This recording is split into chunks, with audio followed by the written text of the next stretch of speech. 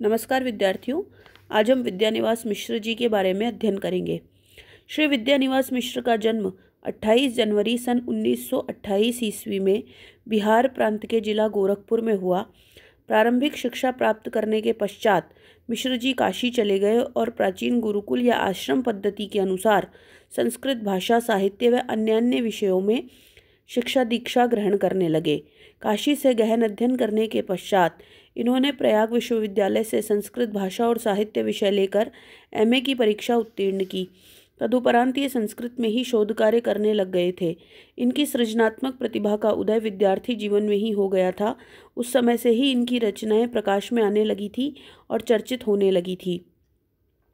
अपनी शिक्षा दीक्षा समाप्त करने तक सृजनात्मक प्रतिभा के रूप में ये पर्याप्त चर्चित हो चुके थे। इनका संबंध आकाशवाणी से भी रहा और इन्होंने एक वृहत कोश का संपादन भी किया। ध्यान देने योग्य तथ्य यह है कि हिंदी और संस्कृत के उच्च श्रेणियों के विद्वान और आलोचकों ने न केवल इनके संपादित कोश को न केवल सराहा अपितु उनकी पर्याप्त प्रशंसा और मौलिकता की चर्चा भी की। मिश्र जी ने शास्त्रों, पुराणों और सभी प्रकार के दर्शनों का भी गहरा अध्ययन किया है। यही कारण है कि वे बड़ी सुघड़ता से पौराणिकता और आधुनिकता का तालमेल बिठा पाए हैं। एक आलोचक ने उचित टिप्पणी की है, पौराणिकता का आवरण ओढ़े वर्तमान बड़े गहरे रूप में इनका संबंध इनके निबंधों में खिल उठा है। वास्तव में छोटे छोटे हल्के निबंधों को अपने मानस के अंतराल स्थित भाव से सिक्त कर अद्भुत सौंदर्य प्रदान करने में मिश्र जी अद्वितीय रहे हैं। ऐसा प्रतिभा पुत्र और निबंध लेखन में अपनी प्रतिभा का कमाल दिखाने वाला रचनाकार अब हमारे बीच में नहीं रहा। 14 फरवरी 2005 को इनका निधन हो गया। मिश्र जी आधुनिक निबंधकारों में महत्वपूर्ण स्थान रखते थे। मिश्र जी निबंध के क्षेत्र में स्वयं को आचार्य हजारी प्रसाद द्विवेदी का अनुवर्ती अनुज समझते हैं। वास्तविकता यह है कि इनके निबंधों में भी द्विवेदी जी की सी सामंजस्य मूलक प्रवृत्ति मिलती है और दूसरी ओर वर्तमान जीवन की आवश्यकताओं और भारतीय संस्कृति के उपादानों में लोक तत्व का समावेश कर उन्हें आंचलिक पुट प्रदान किया है। परिणामतः उनके निबंधों में प्राकृतिक संवेदनाओं, सामाजिक परिवेश की प्रतिक्रियाओं और जीवन की रिक्तता की प्रसंगानुसार अभिव्यक्ति हुई है। मिश्र जी के निबंध संग्रह ये हैं: आंगन का पंछी और बंजारा मन, मैंने सिल पहुँचाई, परंपरा बंधन नहीं, तमाल के झरोके से आदि।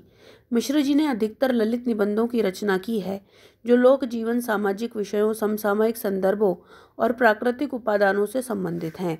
प्राकृतिक उपादानों के माध्यम से चिंतन क्रम प्रस्तुत करने वाले निबंधों में चितवन की छां, घने नीम तरु तले, हिमालय, कदम की फूली डार और आम्र मंजरी व शिरीष का आग्रह आदि निबंधों को स्थान दिया जा सकता है। मिश्र जी के निबंध एक प्रकार के निबंध वे हैं जो भारतीय संस्कृति, संस्कृत वाङ्मय, पाश्चात्य साहित्य आदि के संदर्भ सूत्र से युक्त हैं। इन निबंधों की आधारभूत सामग्री अनुभूति समृद्ध है, फलतः पाठक की चेतना को सहज ही आकृष्ट कर लेती है। मिश्र जी की विंध्य भूमि की सांस्कृतिक और प्राकृतिक संपदा से प्रभावित निबंध कदम्ब की फूरी डार की जिल्द में समाहित है। मिश्र जी की निबंध शैली मामूली नहीं है, उसमें सहज प्रवाह और एक सहज शिल्पी को देखा जा सकता है। कहीं कहीं व्यंग्य, कहीं विनोद, कहीं वारी प्रवाह की सी प्रवाहशीलता और कहीं गहन विवेचन विश्लेषण की प्रवृत्ति, सभी कुछ तो उनके निबंधों में मिलता है। रचना प्रक्रिया की दृष्टि से आपके निबंध सरस चिंतन क्रम प्रस्तुत करते हैं। श्री ज्ञानेंद्र वर्मा ने ठीक ही लिखा है, इसी कारण शैली के प्रति जागरूक भाव न होते हुए भी लेखक की विद्वत्ता के कारण विचारों के प्रतिपादन में शैली की मौलिकता, सहजता और मृदुलता अंततः प्रस्फुटित होती है। यद्यपि कुछ निबंधों की रचना मानसिक उद्वेलन और मंथन के अनंतर हुई है, तथापि वे निबंध गंभीरता के स्थान पर कलात्मक वैशिष्ट्य उत्पन्न करते हैं। व्यंग, विरोध, आक्रोश उनके निबंधों के न केवल उपकरण हैं अपितु हेतु भी हैं। तथापि विषय के अनुरूप शैली परिवर्तित होती दृष्टिगत होती है। समीक्षात्मक निबंधों की शैली सामासिक शैली है। कहीं कहीं सूत्र शैली का प्रयोग भी मिलता है। इसके विपरीत ललित निबंधों व विचारात्मक निबंधों की शैली क्रमशः धारा और व्यास शैली है। इनके संस्मरणों और चिंतन श्रृंखलाओं के प्रस्तुत करने वाले निबंधों में धारा शैली का ही प्रयोग किया गया है। यूँ अपवाद स्वरूप कतिपय विशेष भावात्मक स्थलों पर प्रलाप शैली को भी देखा जा सकता है। रही उनकी भाषा, उसके संबंध में उनकी ही यह उक्ति काम दे सकती है, मैंने संस्कृत में जन्म लेकर अंग्रेजी का स्तनपान किया है, पर मुझे छाह मिली है भोजपुरी के धानी आचर में, सो इसमें मेरा अविलंब है। इनकी भाषा में अनेक भाषाओं के शब्द प्राप्त होते हैं। कुछ एक स्थलों पर तो मिश्र जी ने निबंधों में केवल संस्कृत शब्दों और उद्धरणों का ही प्रयोग किया है,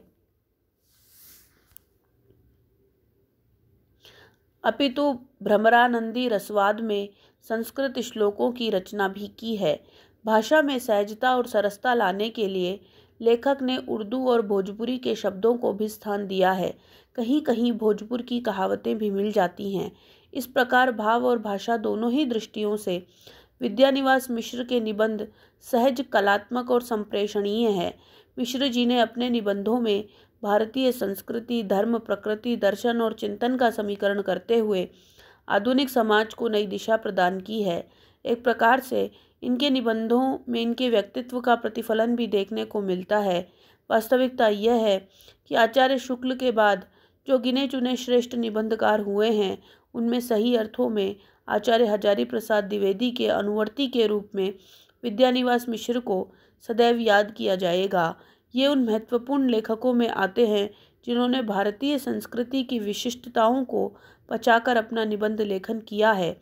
आस्था, संकल्प शक्ति, जिजीविषा, निर्णय करने की अद्भुत क्षमता, यायावरी वृत्ति के साथ मिश्र जी के निबंधों में एक ऐसी साफ गोई देखने को मिलती है जो अन्य निबंधकारों में दुर्लभ है।